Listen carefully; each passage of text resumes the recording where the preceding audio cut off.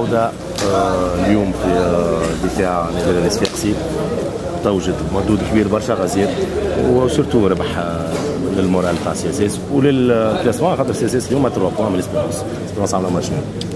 اول حاجه الحمد لله كما شفت في بالي الماتش اللي فات صحيح عملنا معناتها زاد ماتش كبير، من نصور ميتون الاول معناتها كان معناتها ميتون باهي ياسر، ديام ميتون هبطنا شويه. اليوم معناتها حكينا ما بينات بعضنا سيرتو بين الميتونات معناتها ما يلزمناش نطيحوا ولا نرخفوا، فهمت، باش المنافس كما شفتوا معناتها كما بيرمي ميتون كما ديام ميتون معناتها الحق الاولاد الكل معناتها بالرغم من التعب خويا تعب ياسر، راهو بالحق الناس معناها 6 ايام راحه هذا مش يجيو بالحق معناتها ما عندكمش فكره تلعب 4 حد سبت تعاود ل4 معناتها شيء كبير ياسر معناتها.